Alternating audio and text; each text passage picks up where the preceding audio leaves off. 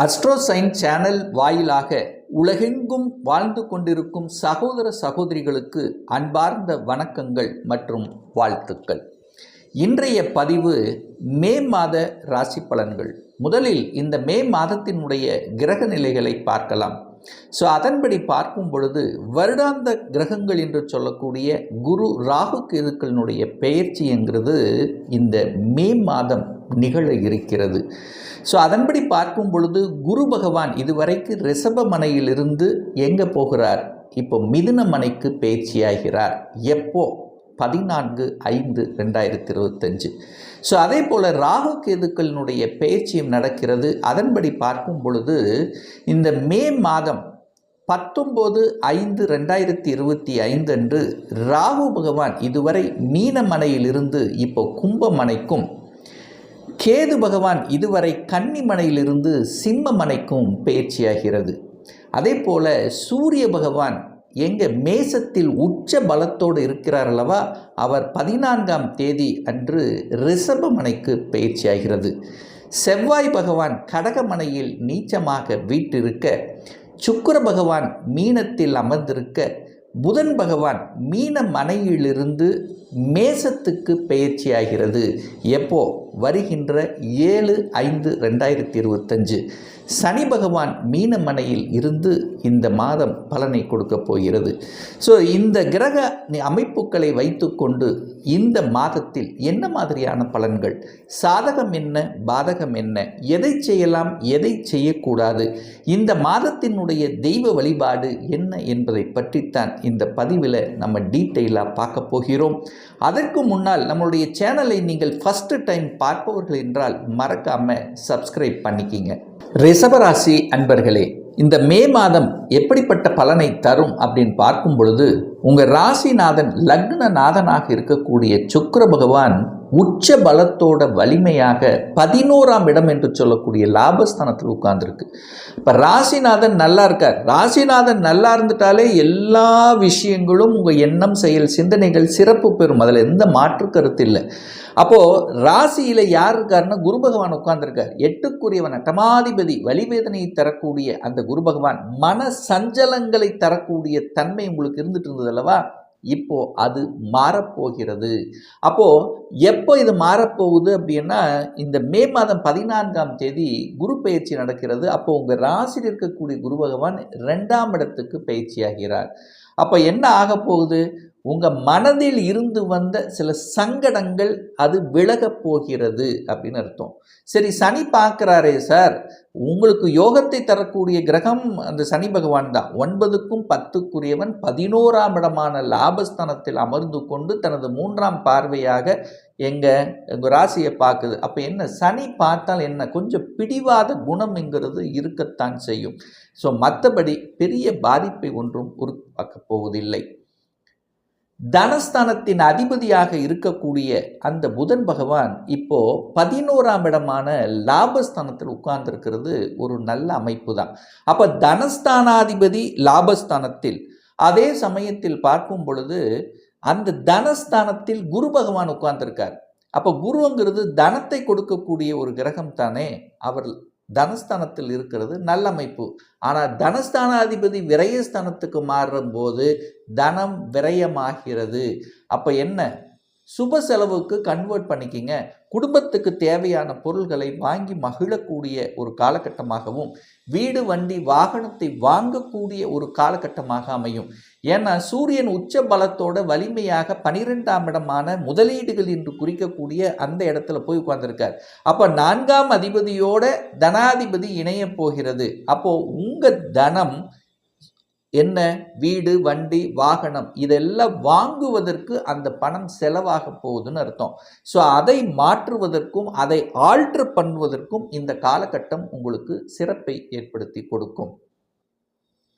தைரிய வீரியத்தை கொடுக்கக்கூடிய அந்த 3ஆம் இடத்தில் செவ்வாய் பகவான் உட்கார்ந்துருக்கார். அப்போ தைரிய வீரியத்தோடு செயல்படக்கூடிய தன்மையை உருவாக்கும். அதில் எந்த மாற்று கருத்தும் கிடையாது. சகோதரர் விஷயத்தில் மட்டும் கொஞ்சம் விட்டு கொடுத்து அனுசரணையோடு செல்லணுங்கிறத ஞாபகத்தில் வச்சுக்கோங்க. அதே சமயத்தில் நிறைய பேர்த்துக்கு டிராவல் செய்யக்கூடிய வாய்ப்புகள், சந்தர்ப்பங்களை உருவாக்கும். அப்போ தனம் டிராவலின் மூலமாக வரும், வெளிநாட்டின் மூலமாக வரும், அந்நிய தேசத்தின் மூலமாக வரும். ஸோ இப்படி மறைந்து இருந்து வரும், இன்சூரன்ஸ் மூலமாக தனம் வரும். ஸோ இந்த மாதிரி தனம் வரக்கூடிய வாய்ப்புகளை உருவாக்கும். அப்போது சுகஸ்தானத்தை பெருக்கிக் கொள்ளக்கூடிய வாய்ப்புகள், சந்தர்ப்பங்கள் இந்த மே மாதம் உண்டு. ஸோ இதுவரைக்கும் சனி பார்த்து இந்த 4ஆம் இடம் என்று சொல்லக்கூடிய சுகஸ்தானத்தில் அது உயிர் காரகத்துவம் என்று சொல்லக்கூடிய தாயை சில விஷயங்களில் பாதிக்கப்பட்டிருந்ததல்லவா, இப்போ சரியாகும். இந்த மே மாதத்திலிருந்து தாய் சார்ந்த விஷயங்கள், தாயினுடைய ஹெல்த் சம்பந்தப்பட்ட விஷயத்தில் அனுகூலத்தை கொடுக்கக்கூடிய அமைப்புங்கிறது நிச்சயமாக உண்டு. அதே சமயத்தில் பார்த்திங்கன்னா ஒரு சிலர் பார்த்திங்கன்னா இருக்கிற இடத்தை விட்டு புதிதாக ஒரு இடத்தை வாங்கக்கூடிய அமைப்புங்கிறதும் இந்த மாதம் சிறப்பு பெறும். 4ஆம் அதிபதியாக இருக்கக்கூடிய சூரியன் உங்கள் ராசியிலே அமரப்போகிறார். எப்போ அமரப்போகிறார்? 14ஆம் தேதி மே 14 அமரும் போது தன்னம்பிக்கை கிடைக்கும். ஏன்னா தன்னம்பிக்கை காரக கிரகம் என்று சொல்லக்கூடிய சூரியன் உங்கள் ராசியில் உட்கார்றது ஒரு நல்ல அமைப்பு. அப்போது சுகத்தை பெருக்கிக் கொள்ளக்கூடிய அத்தனை அம்சங்களும் இந்த மாதத்தினுடைய பிற்பகுதி 14ஆம் தேதிக்கு அப்புறம் நல்லவைகள் நடக்கக்கூடிய அமைப்புங்கிறது இந்த ரிஷபராசினருக்கு நிச்சயமாக உண்டு. ஸோ இந்த மாதம் 2 கிரகங்களினுடைய பெயர்ச்சி, வருடாந்திர கிரகங்களினுடைய பெயர்ச்சி இருக்கிறதுனால நல்ல மாற்றங்கள் நிகழும். இந்த ரிஷபராசினருக்கு ஏற்கனவே சனி பெயர்ச்சி நடந்து விட்டது. சனி பகவானும் 11ஆம் இடத்தில் இருக்கிறது நல்லது.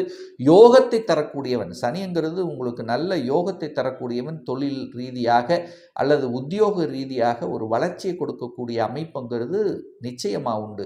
அதே சமயத்தில் குரு பகவான் இப்போ குடும்பஸ்தானத்துக்கு வந்துட்டார், தனஸ்தானத்துக்கு வந்துட்டார். அப்போ தனத்தை பெருக்கிக் கொள்ளக்கூடிய அத்தனை அம்சங்களும் இந்த காலகட்டம், இந்த மாதத்திலிருந்து இந்த ரிஷபராசினருக்கு சிறப்பு பெறும். குழந்தை நலன் சார்ந்த விஷயங்கள், குழந்தை நன்றாக இருக்குமா, நன்றாக படிக்குமா அப்படின்லாம் கேட்டிங்கன்னா நிச்சயமாக நன்றாக படிக்கக்கூடிய அமைப்புகளும் சந்தர்ப்பங்களும் உருவாக்கும். குழந்தை என்ன கோர்ஸ் எடுத்து படிக்கணும் என்று ஆசைப்பட்டு கொண்டிருக்கிறதோ அந்த ஆசைகள் நிறைவேறக்கூடிய வாய்ப்புகள், சந்தர்ப்பங்கள் இந்த காலகட்டம் சிறப்பு பெறும். அப்போ குழந்தைகளால் நன்மைகள், உங்களால் குழந்தைகளுக்கும் குழந்தைகளால் உங்களுக்கும் நல்லவைகள் நடக்கக்கூடிய ஒரு மாதம். என்ன எதிரி ஸ்தானங்கள் வலுப்பெறுமா, கடன் சார்ந்த விஷயங்கள் உங்களுக்கு உண்டாகுமான்னு பார்த்தீங்கன்னா கடன் நிச்சயமாக உண்டு, அதில் மாற்று கருத்துன்னு இல்லை. எனக்கு குரு அங்கிருந்து 5ஆம் பார்வையாக 6ஆம் இடத்தை பார்க்குறார். 6ஆம் இடத்தை வளர்க்கும். என்ன வளர்க்கும்? கடனை வளர்க்கும். அப்போ கடன் சுபக்கடனாக கன்வெர்ட் பண்ணுவீங்க. கடனை வளர்க்குங்கிறதுனால என்ன நீங்கள் தப்பாக நினைக்க வேண்டிய அவசியம் இல்லை. கடனை வாங்கி அதன் மூலமாக டெவலப் பண்ணுறது, ஒரு தொழில் ரீதியாக அப்படின்னா கடனை வாங்குவீங்க. பேங்க்கில் கடன் கிடைக்குமா? கடன் கிடைக்கும். ஒரு வீடு வண்டி வாகனம் ஆசைப்பட்டது வாங்குறதுக்கு கிடைக்குமா? கிடைக்கும். ஸோ லோன் கிடைக்கும்னு சொல்கிறேன். பேங்கின் மூலமாக நிச்சயமாக லோன் கிடைக்கும். அந்த லோனின் மூலமாக, அந்த கடனின் மூலமாக வளர்ச்சியை அடையக்கூடிய ஒரு காலகட்டமாக நிச்சயமாக அமையும். எதிர்ப்பு இருக்குமா? எதிர்ப்பு இருக்கும். எதிர்ப்பு வைத்துத்தான் நீங்கள் அடுத்த லெவலுக்கு செல்வீங்க. அப்போ உங்களுக்கு போட்டி பொறாமைகள் இருக்குமானால் நிச்சயமாக உண்டு. இந்த ரிஷபராசி என்பர்கள் போட்டி பொறாமைகள் நிச்சயமாக உண்டு, அதில் எந்த மாற்று கருத்து இல்லை. பட் அதை சமாளிப்பீர்களா? சமாளித்து வெற்றி பெறக்கூடிய அமைப்புகளும் உண்டு. போட்டித் தேர்வில் வெற்றி பெறக்கூடிய வாய்ப்புகள், சந்தர்ப்பங்கள் இந்த ரிஷபராசினருக்கு நிச்சயமாக உண்டு. அரசு சார்ந்த விஷயத்தில் எக்ஸாம் எழுதினாலும் சரி, எந்த ஒரு போட்டி தேர்வு அப்படின்னு வந்தாலுமே அந்த இடத்தில் ஜெயிப்பீர்கள். ஜெயிக்க பிறந்தவர்கள் இந்த ரிஷபராசி என்பர்கள். ஸோ இந்த 2025 ஒரு அற்புதமான வருடம். அதில் இந்த மே மாதம் சில மாற்றங்கள், இதுவரைக்கும் நீங்கள் எப்படி இருந்தீங்களோ அது அப்படியே டேர்ன் ஆகும். ஒரு மாற்றத்தை சந்தித்து அதுவும் நல்ல மாற்றங்களாகவே உருவாக்கக்கூடிய ஒரு மாதத்தின் தொடக்கம் தான் இந்த மே மாதம் அப்படின்னு சொல்லுவேன். திருமண விஷயங்கள் கைகூடுமா?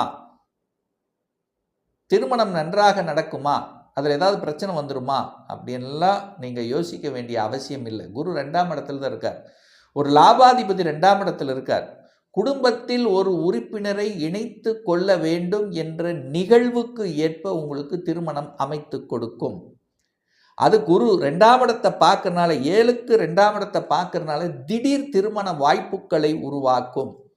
திடீர்னு ஃபிக்ஸ் ஆயிரும், அடுத்த ஒரு மாதத்திலே திருமணம். இந்த மாதிரி இந்த திருமண வாய்ப்புகள் திடீரென்று ஃபிக்ஸ் ஆகக்கூடிய சந்தர்ப்பங்கள் உங்களை தேடி வரக்கூடிய ஒரு மாதத்தின் தொடக்கம் தான் இந்த மே மாதம் அப்படின்னு சொல்லுவேன்.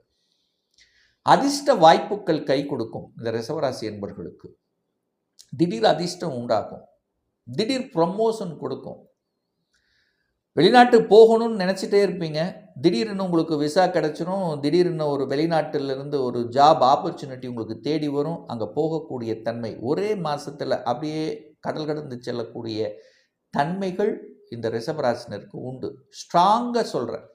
ஏன் இதை ஸ்ட்ராங்காக சொல்கிறேன் அப்படின்னா, அந்த குரு பகவான் 2ஆம் இடத்திலிருந்து 8ஆம் இடத்தை பார்க்குறார். 8 என்பது அப்படியே மாறி போகக்கூடிய என்ன சொல்கிறது, 8ஆம் இடம் வலிமைப்படுத்துகிறது. 8ஆம் இடத்தை என்ன சொல்வது, குரு பார்த்தால் கோடி நன்மை அல்லவா, அந்த 8ஆம் இடத்தை புனிதப்படுத்துகிறது.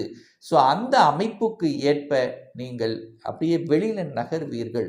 ஊரை விட்டு வெளியே சென்று வேலை விஷயமாகவோ தொழில் விஷயமாகவோ சென்று வரக்கூடிய தன்மைகளை உருவாக்கும். ஒரு சிலர் பார்த்திங்கன்னா ட்ராவல் போயிட்டு வந்துட்டு இருப்பாங்க, ஒரு சிலர் அதர் ஸ்டேட்டில் போய் தங்கக்கூடிய தன்மை குடும்பத்தோடு சேர்ந்து, ஒரு சிலர் வெளிநாட்டுக்கு சென்று வரக்கூடிய தன்மை அல்லது வெளிநாட்டிலேயே வேலை பார்க்கக்கூடிய அமைப்புகள்.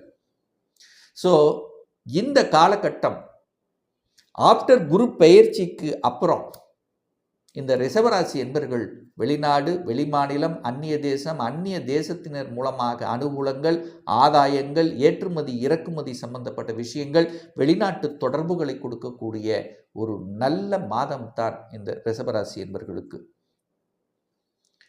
உங்களுக்கு யோகத்தை தரக்கூடிய ஒரு கிரகம், பாக்கியத்தையும் 9க்கும் 10க்கும் அதிபதியாக இருக்கக்கூடிய சனி பகவான் 11ஆம் இடமான லாபஸ்தானத்தில் அமர்ந்து கொண்டு உங்கள் ராசி அதிபதியோடு சேர்ந்து இருக்கிறது நல்ல அமைப்பு, தனத்தை கொடுக்கும்.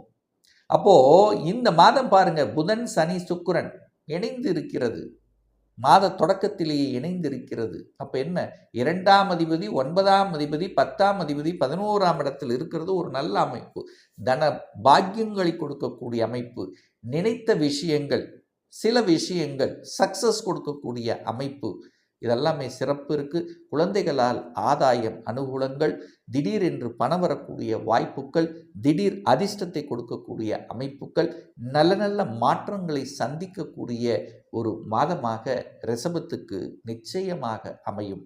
ஒரு துல்லிய பலன், உங்கள் ஜாதகத்தில் கிரகங்கள் எப்படி அமைந்திருக்கிறது, என்ன ஆதிபத்தியம் பெற்றிருக்கு, எந்த டிகிரியில் இருக்கார், இப்போ நடப்பு கோச்சாரம் எப்படி இருக்குது, இப்போ நடப்பு தசாநாதன், புத்திநாதன், அந்தரநாதன், சூட்சமநாதன் எப்பேற்பட்ட நிலையில் இருக்கிறார்.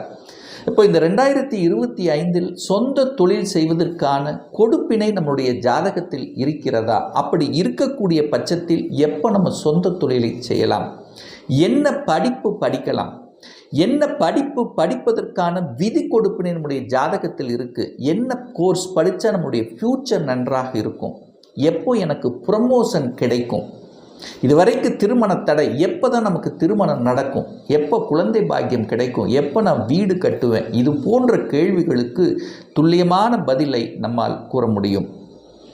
ஒரு பர்சனல் கன்சல்டேஷன் எடுத்துக்கணும், சுயஜாதகம் பார்க்கணும் என்று விருப்பமுடைய அன்பர்கள் டிஸ்பிளே தெரியக்கூடிய நம்பருக்கு வாட்ஸ்அப் மூலியமாகவோ ஃபோன் கால் மூலியமாகவோ தொடர்பு கொண்டு நேரடியாகவோ அல்லது ஆன்லைன் மூலமாகவோ கன்சல்டேஷன் எடுத்துக்கலாம்.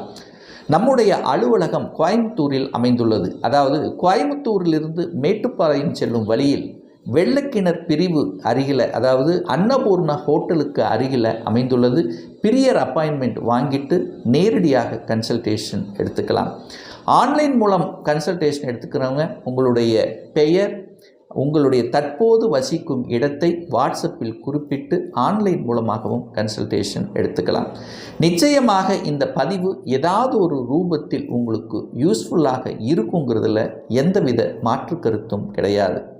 இந்த ராசி நட்சத்திர நேயர்கள் அனைவரும் வாழ்க வளர்க வளம் பெறுக என்று எனது வாழ்த்தினை தெரிவித்துக் கொண்டு விடைபெறுகிறேன். நன்றி, வணக்கம், வாழ்த்துக்கள்.